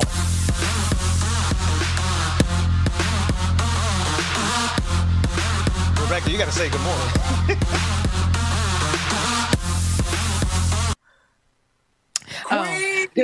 Hey, return of the Mack. Yes, it is. That's what you're giving me. Good morning, everybody. What's up? Good morning and welcome to Like It or Not, where we're free to tell the truth, Rebecca. And not care who doesn't like it. Now we can get to it. Why y'all surprised? Now you can get to the... Go ahead. This morning, I ain't even know, right? I was looking at the clips on mute. I was like, okay, return of the Mack. We have Dr. Carl Mack back. He got his stash going, hair laid, you know what I'm saying? I see the little pepper in there. It's nice. And then you guys tell me to scroll up in the chat. I wasn't ready. I thought, okay, these are going to be some photos, looking nice, sharp, dressed to the nines. You didn't realize you were on OnlyFans. You didn't realize you were on OnlyFans. That was giving OnlyFans. I thought he was going to be dressed to the nines. There's no dress there. There's nothing dressed there. But it's nice to see that you know what your body can do. It's just to see what your body can do. What do you say? Milk does a body good, Rebecca? Put it back up. It's a lot of things. So did you guys put that up on air? Yeah, no, he said put it up on there. So that's what I'm talking about, baby. We get the click. We take the clicks however we get them. Is that why you went missing to get right? That's exactly why I went missing, Queen. I needed it was a spiritual journey, if you will, on this one. Yeah. Hey, COVID had hit me hard. I was looking. I said, "Good Lord, boy, you got to do something." So I just went down and started. It's funny. Wow. Rebecca, it's funny how these skinny people, they be like, what Brother Mack, actually, bring the picture back up so I can show y'all what Brother Mack thought was doing bad in COVID. Because on the left side, everybody's talking about what's on the right. Everybody's looking at the 19-pack that he got on the right. But on the left side is what he was saying was looking bad during COVID. He didn't have a 19-pack, but Brother Mack looked like you were doing just fine. It was about during COVID. It was a keg. It was a keg. So on the left, he says that was bad. He was doing bad on the left, so he had to get right. And there you go, on the right. I don't even feel like I should be looking at this photo like this. It's like he's giving me, you know how like the Ken doll has those cuts right in there? How, like, you ain't had it on the first picture, and then he just pop out 3 weeks later with this? Oh, no. See, this is what... Men's bodies, I'll say this. See, I got to do about 2 months, you know what I'm saying, just to see something even, like, make me feel like, oh, okay, yeah. But men just be like, oh, it's go in the gym 1 hour, come out. What? Brother Mack. I wish it was that easy. One of the people in the chat wanted to know, they said you have 10 workouts for your abs. What's your repetition in the chat room? They want to know what's your routine, what's your repetition like? I do 3 sets of 20s with each one of those 10. So if I do, I'm doing 5 different exercises that day, whichever exercise I'm doing, I'll do a rep of 20, but I do 3 sets of that particular one. So by the end of the workout, it's a tour. So you too can, get get chiseled like that if you do that kind of routine and eat that kind of that regimen. Shout out to you, Mike. Can y'all take that down off the screen? I'm tired of looking at what I don't have. Can you take it off the screen? What's your eating pattern like? What is it?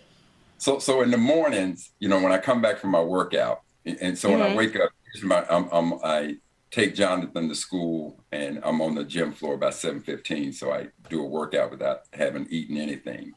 But when I get home from the workout, it's straight to Raisin Brands. And so the reason I eat brands is just so they can keep me regular and flush out all the nonsense. And at dinner, it's not uncommon to eat a salad, and I snack on nuts and granola bars and protein bars and things of that nature. But I stay away from the sweets as best I can. But I will tell you, when Trick or Treat hit and I bought that big bag of candy and I didn't give it all out because of COVID, I found myself introducing myself to a couple of Snicker bars and Kit Kat bars.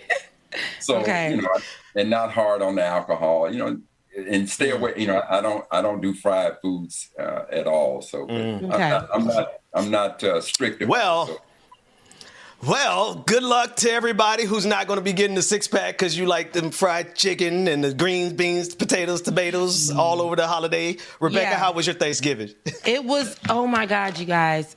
First of all, I'm going to do the Raisin Bran. I like Raisin Bran, so I can eat that in the morning. We're going to see, okay? We're going to see if I can just cut down off of, alcohol. I do mimosas in the morning, champagne, and I like my my rosé. So I don't know. We're gonna see.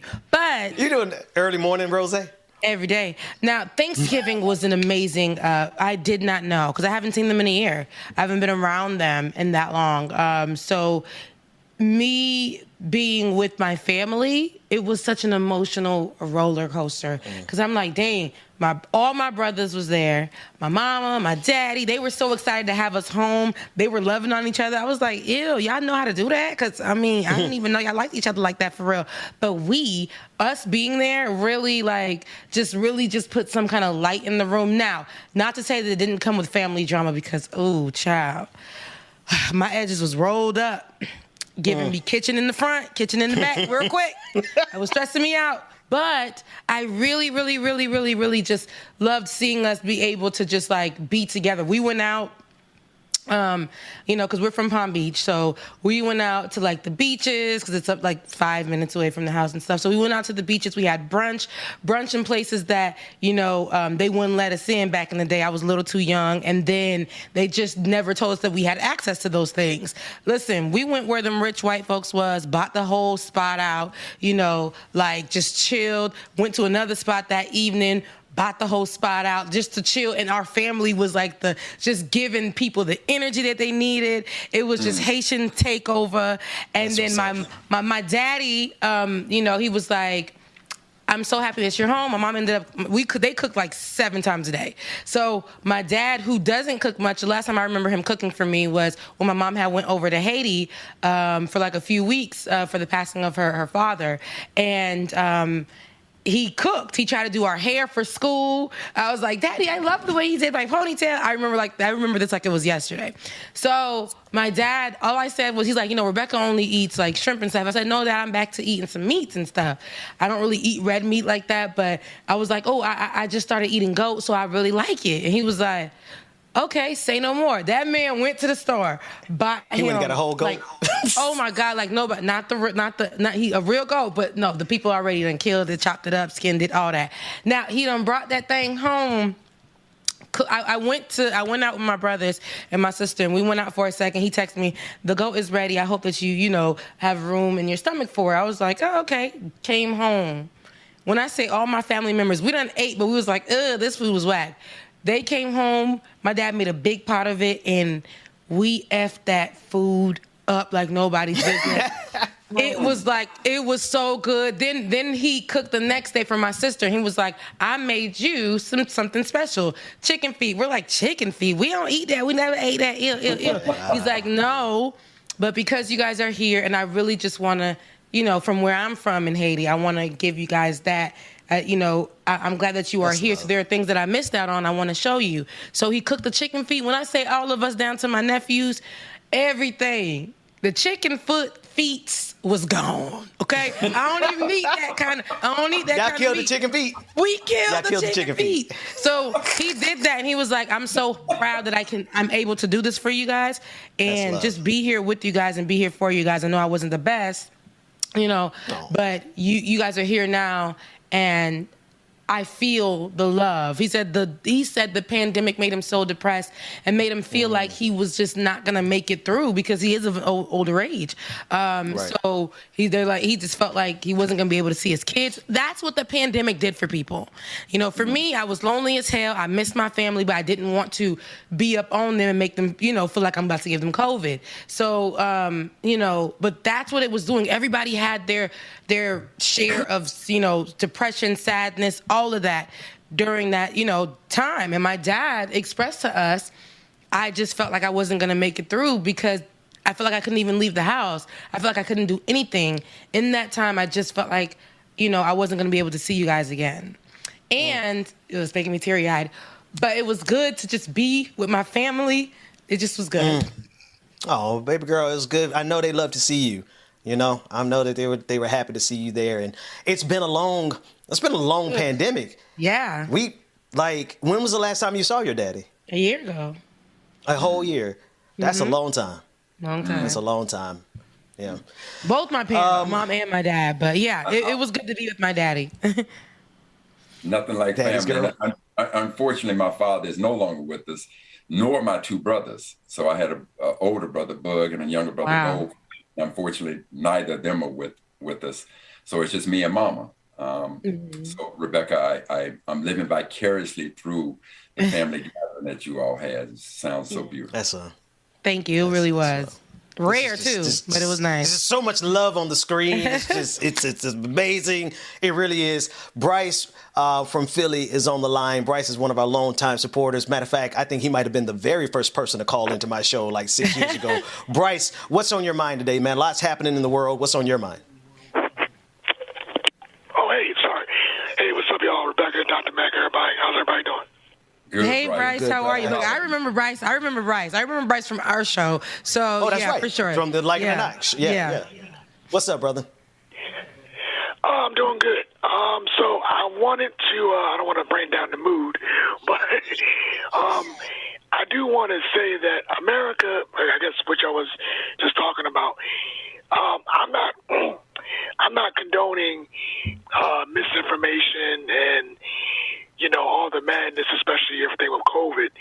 But I do have to say that America is partly responsible for a lot of these issues. From everything that America has done wrong, and it's a long list, we know. I think America needs to take a lot of responsibility for a lot of this. When you talking about COVID? Fix some of these. COVID and that just in general, from America not addressing homelessness, wages, people are quitting their jobs. Obviously, we know about slavery, we know about Jim Crow. America's, overseas policies, the military-industrial complex, America's, all the bad that has done has caused a lot of the misinformation, of all the madness. And I'm not condoning that at all, but America has to take a lot of responsibility, because when you don't address the problems, then people aren't going to vote. When you don't address the problem, people are going to go down a bad rabbit hole. When you don't address the problems, these are going to cause the issues. This is why there's such a low vaccination rate and things like that. When you do the things that this country has done since its inception, this is what causes it. This is the problem. And I know we're upset about it. It's not cool, but this is also partly on America. America has blood on its hands. That's just facts. All right. And when you do the things that you do, this is what causes it. Don't get me wrong, we do need to not, fall down any rabbit hole. We need to do what we need to do to get past COVID. I think I hear you, man. Everything. Don't get me wrong.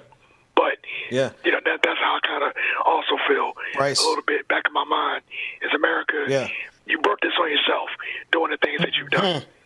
I agree. Bryce, thank you for that call, Bryce. Always. Brother Mack and Rebecca. Love you too. Love you back, man. He's saying like, so we got a couple issues on the table that we've been talking about this morning, from the Omicron variant. I know we haven't talked about it just yet on Like It or Not, but also the Ahmaud Arbery trial, getting some semblance of justice there. You got the coward. There's a lot going on. And this whole pandemic, the reason you couldn't see your daddy for a year, same reason I haven't seen my mother in a year, same reason, Brother Mack, you've been distanced from. It's because of all the foolishness that is a part of America. I think that's what I hear him saying. What do y'all hear? Well, the other thing about it is, when you just look at the Rittenhouse case, right? You got this young, reckless, racist teenager who doesn't live in the state, knows he's going into a volatile situation, carries an illegal weapon in there, and now shoots and kills 2 people. Now you have a judge who says that those people who were murdered, killed, you cannot even call them victims. So just think about the precedent that he has set, that judge has set. Right. Trust and believe. And then now you got negative 45 who wants to treat Rittenhouse as though he's some celebrity and invite him down to Key Largo. Imagine the messaging that is sent every time that there's a protest movement. Now you can have armed vigilantes going in there saying, I can shoot and kill somebody, and now say, I fear for my life. And pray God that they get a judge semblance to the idiot who absolutely set the stage, as Brother Bryce was saying, has set the stage for more of this type of nonsense to take place. And so being to your point, thank God that in the Arbery case, and my mother said it, she said, Carl, thank God they did the right thing, because there would have been some trouble up in here. And there should have been trouble had they done the wrong thing. But there needs to be trouble behind this Rittenhouse situation. I'm looking at him in the same light that I'm looking at Zimmerman. Guys who have gotten away and need to face retribution. Yes, I agree with that 100%. There was so much that Bryce was dropping, and I know that last sentence just wrapped it all together for me. It's kind of like, this is all on America. There's so many different issues that are going on. Each of these issues, we can literally point out a place where there is big time a different level of pain for people of color being Black people, in each of these issues that are brought on by America. And it shows that America doesn't care, period. And America doesn't care about Black people. Word to Kanye West from early 2000s. But this literally, when it comes to the Kyle Rittenhouse case, it does. It's very reminiscent of George Zimmerman, and how these people can get off. These regular people can just get off as if we already see how our police officers get off on these different murders of Black people, but just random white folks. Now we can see the kids, the little 17-year-old kid, that ain't not a kid anymore, not a kid at all, grown man, but they treat him and coddle him like a child. We saw how they did Zimmerman. We watched what we heard when it came to Trayvon Martin. We heard on the phone. We heard the audio. We heard it. Now we got video of this little white boy shooting people, killing them, and getting off. We have evidence of how they coddled and walked him over and fist bumped him, and to see the joy, the same joy that Zimmerman had, to see the joy that they get to walk free after killing people, after murdering people. The joy on their faces. Illegal weapon. There are so many holes. There are so many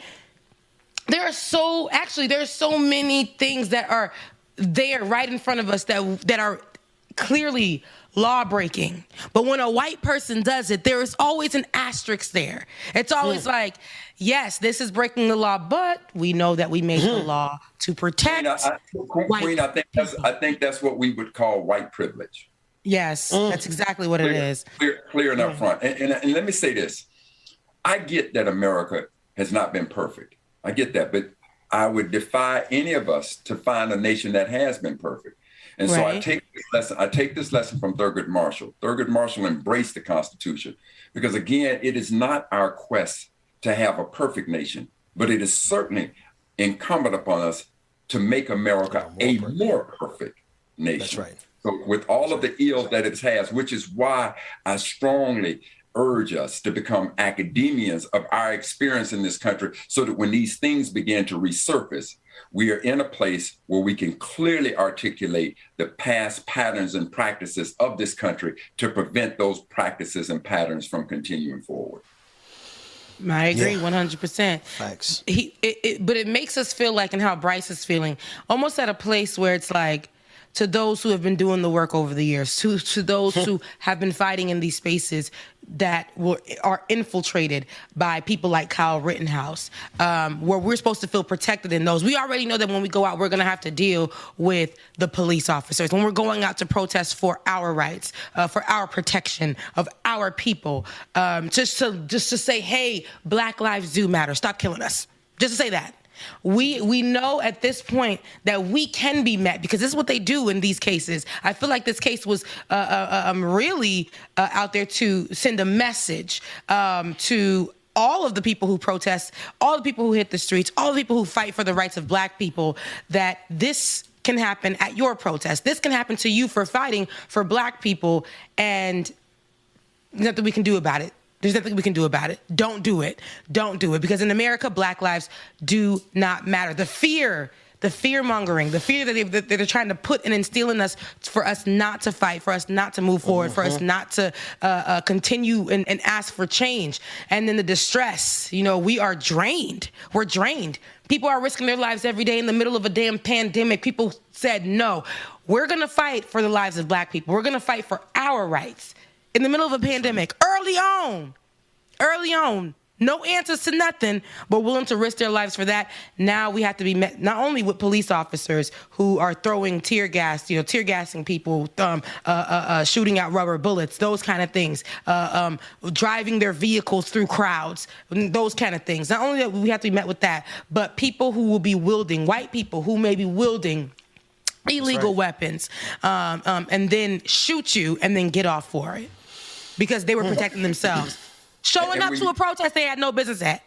Right. And when you think about it, Rebecca, and going back again to the nuggets that Bryce dropped, you think about what we've done in this country. Ali was a conscientious objector. They went after him. We had silent protests in New York, where we marched the streets and no one said a thing. They had a problem with it. We've had nonviolent protest movements. They got a problem with it. We got sit-ins. We get beat. They got a problem with it. We got a raised fist. They got a problem with it. We take a knee. They got a problem with it. But an insurrection against the democracy of this country, and nobody can treason, these types of issues, and all of a sudden these are debatable. People don't be held accountable for it, which is part of the problem right now. You take a look at all that negative, and I'm going to say this about negative 45. Negative 45 would go on the Mount Rushmore of racists. There is no doubt, and Brother Ben, we talked about this, that America is one of the greatest nations to ever grace this planet. And to think that negative 45, a known racist, whose father was a known racist, look at the pattern. Look at the seeds of racism and hatred that he has sown. And because with all that he has done, he pays absolutely no accountability for it.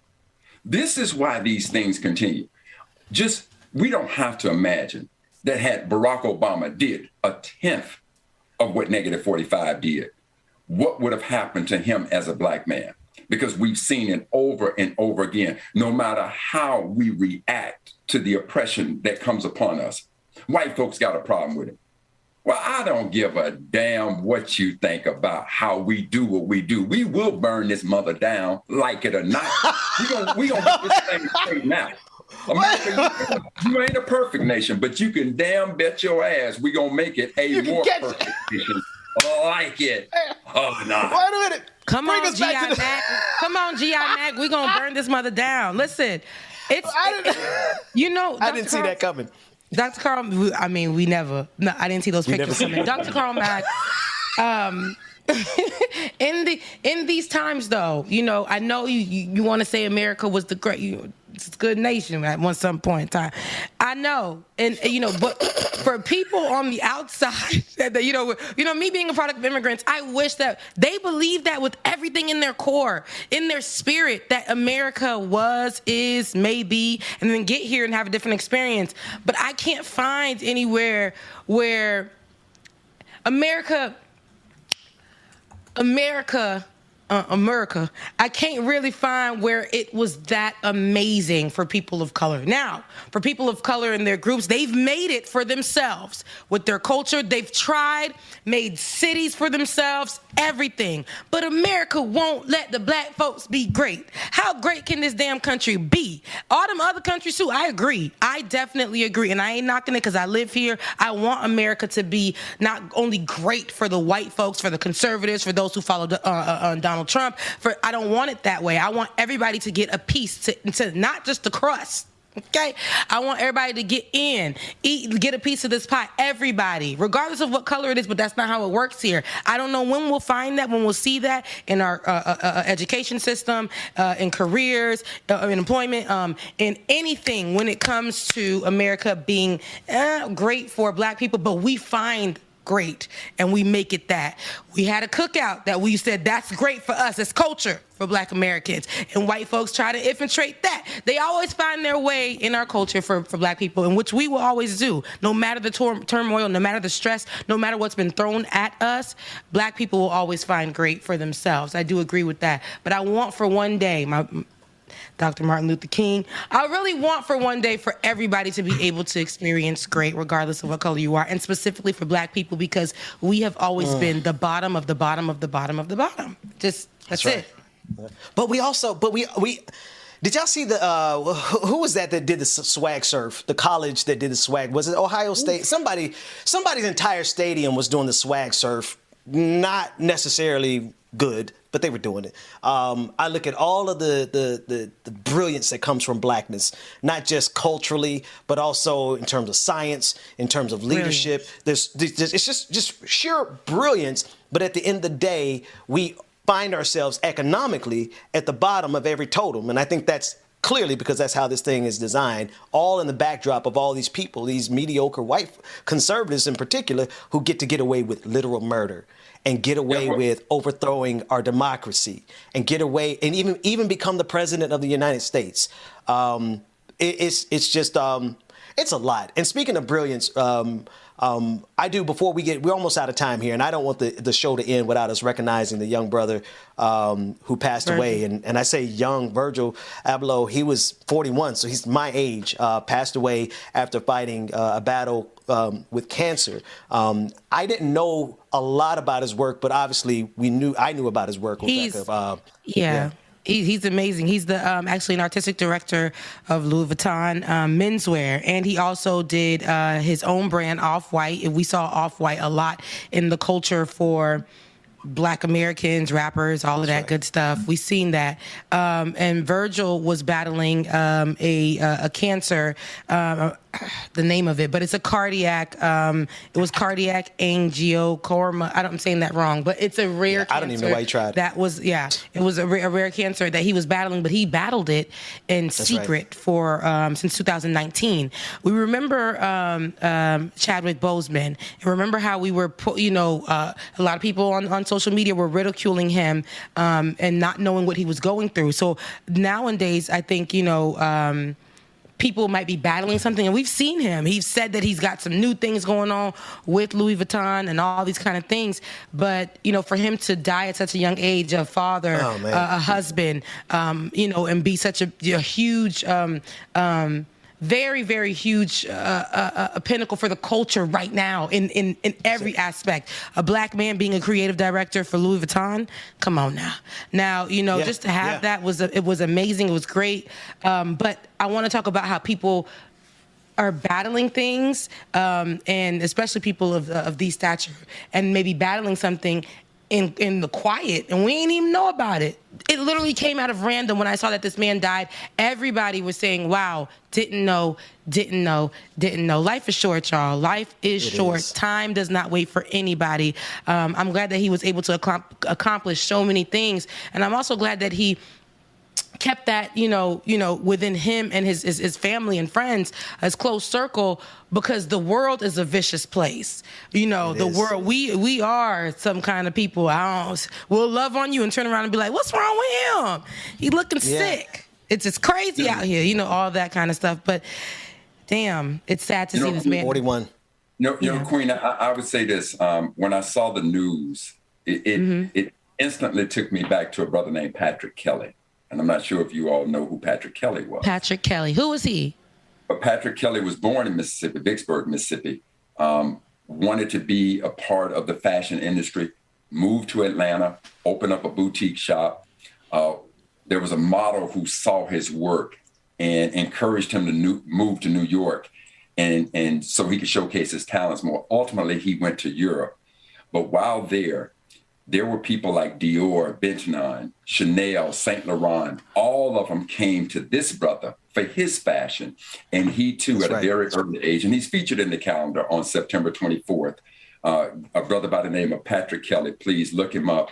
And he, too, died at a very early age, 36 years of age. So wow. As I looked at this story, it took me right back. And again, that's one of the things I'm talking about with our history. There's so many lessons in there that as you see events take place today, history will give you a reminder of things of that as well. Yeah, I agree with that 100%. You're right. And wow, this man really did a lot. This man really made a mark in places and here's what you were talking about, Dr. Mack, it's important for us to get into these spaces, right? White folks don't want to let us in. And it took this man a lot. He had to believe in himself with his own brand and make sure that the fashions were cultivated and protected by us. Because a lot of times we will see our fashions being on Instagram and all these social medias, and all of a sudden they are remade by these big brands, and the same thing, and sold for God knows how much, banking off of somebody else's idea. We see that a lot. We saw that in how pop was created with the remakes of a lot of black artists' music. So here we are, and we see this. I think it was important to have him when we did, and to see that he can infiltrate spaces like Louis Vuitton. They thought they were bringing him in for diversity and inclusion, and he changed the game. So, it is important to infiltrate these spaces, and it's important for us to make sure that we create history like this. So for when you thought of Mr. Kelly, maybe in the future, somebody else will be reminded of Virgil. So all of this does play a role, but I'm glad that we can see great people and remember great people in history. And that's what I want people to remember Virgil as. So yeah.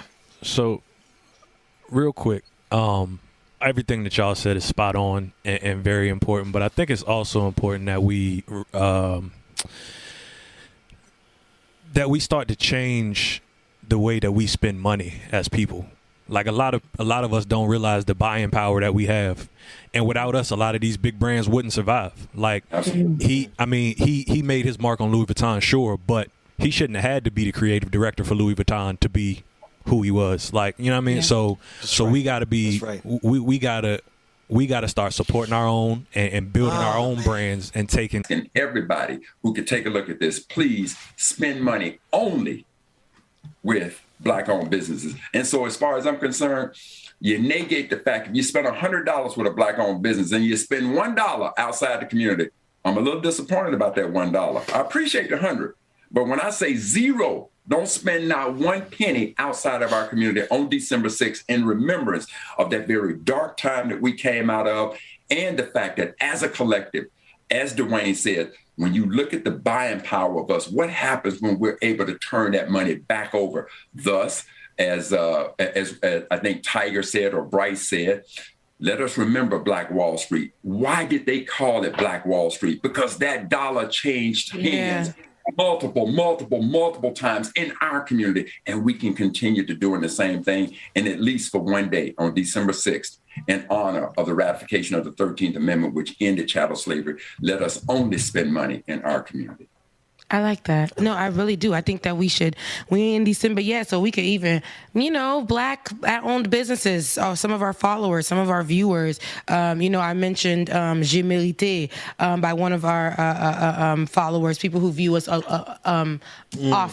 So there's so many different brands. You're right. And I like that. And I feel that. Okay. I would love to. And I know subconsciously we go out every day and we purchase things because these are the things that are around us, not really knowing, hey, I can actually purchase from this Black-owned business, and something that suits you. I know some of them be a little pricey, but there are going to be Black-owned businesses that will be able to suit you, and they're right. They have the styles that we go in. Fashion Nova steals styles every day. They steal styles every day. Another company that just steals styles every day. So from people who are posting up their pictures of what they of styles and things that come from our culture. That, like Dwayne said, it's our culture that builds us, and we shouldn't have to go and sell ourselves to these big brands that that will take them and give you a percentage of it for your idea and become richer than that. My nephew told me the other day,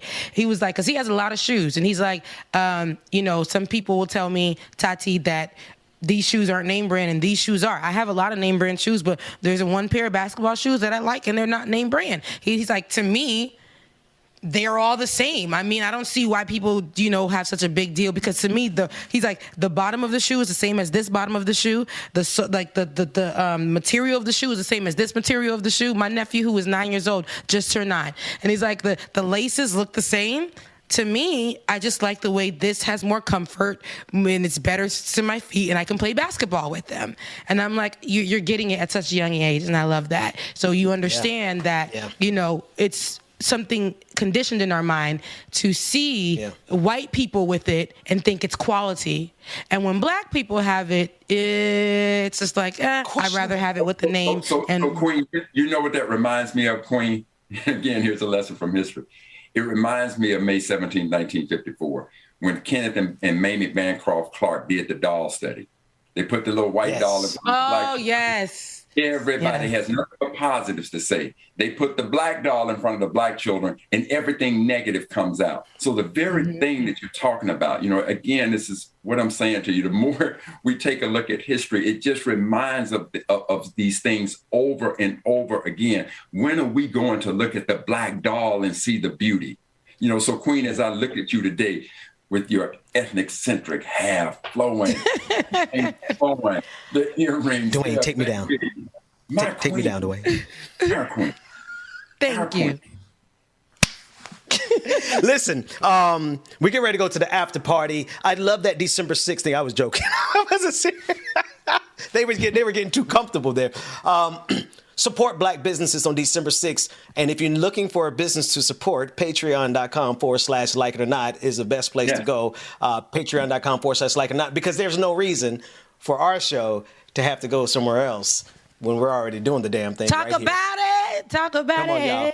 We're going to go to a break. When we come back, it's the after party. After the party, it's the after party. That's all I got. Rebecca, do you want to say something to the public before we go? No, I love you guys, Mina. Thanks for rocking with me. And we'll see you in the after party, because y'all going to be patrons, right? Hey, and Brother Mack, as always, we'll see you in the after party if you want to hang out. If not, I know you got 19 whole Baptists you got to go visit sometime. Man, it's cold out there. And I will tell you this one last thing. The day before Thanksgiving, I got my booster shot. So I spent Thanksgiving, the boys were with their car. I spent Thanksgiving home alone, but it was a thoughtful, beautiful Thanksgiving nonetheless. And I'm glad to have gotten that booster shot, so I'm cool in the game. Well, we see you. I'm getting my booster on Wednesday. He's boosting his immune system, boosting his body. Six-pack. It's a lot of things happening. I love it.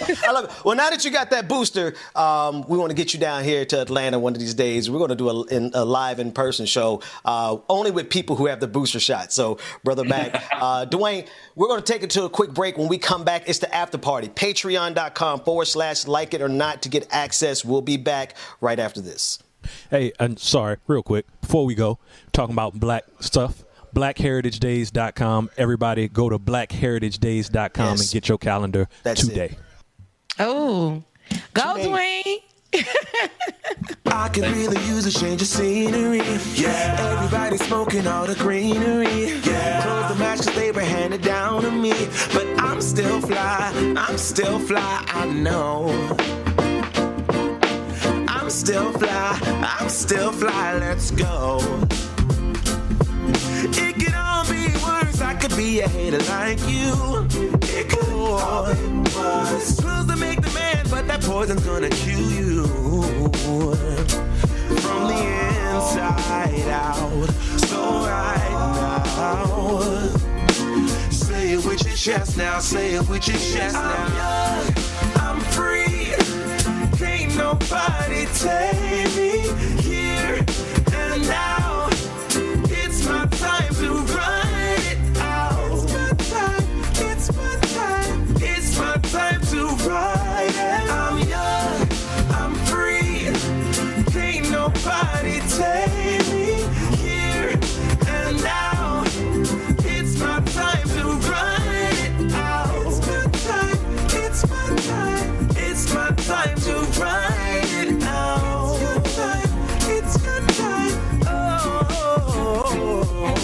Cheers to all the haters, 'cause you proved to me that rising to the top was my destiny. And you can say whatever.